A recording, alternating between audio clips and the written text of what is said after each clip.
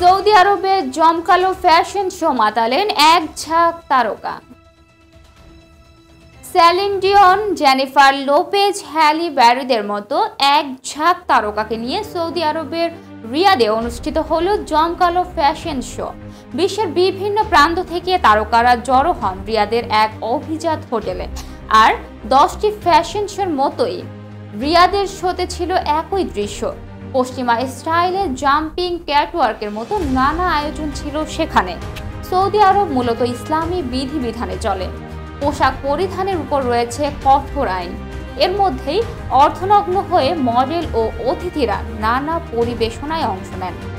2002 সালের প্রথম অস্কার জেতার সময় হলিউড অভিনেত্রী হ্যালি ব্যারি যে গাউন পরেছিলেন, সেই একই গাউন পরেছিলেন রিয়াদের ফ্যাশন শোতে। ওই গাউনের সাজ তাকে প্রথম কৃষ্ণাঙ্গ নারী হিসেবে সেরা অভিনেত্রী পুরস্কার এনে দেন। আরব নিউজের এক প্রতিবেদনে বলেছে, এই ফ্যাশন শোর কারিগর মূলত আলী সাব। তিনি লেবানিজ ফ্যাশন ডিজাইনার। তার ক্যারিয়ারের 45 বছর পূর্তি হওয়া এই আয়োজন। এদিন মঞ্চে আলী সাবের 300টি ডিজাইনের পোশাক পরে হাজির হন মডেলরা। সেই প্রদর্শনীতে মধ্যপ্রাচ্যের লোক কাহিনীর আরব রাজধানীর প্রতি শ্রদ্ধা জানানো হয়। দর্শক, এই ছিল এখনকার মতো। পরবর্তী সংবাদ দেখার আহ্বান জানিয়ে এখানেই শেষ করছি। ধন্যবাদ সবাইকে এতক্ষণ সাথে থাকার জন্য।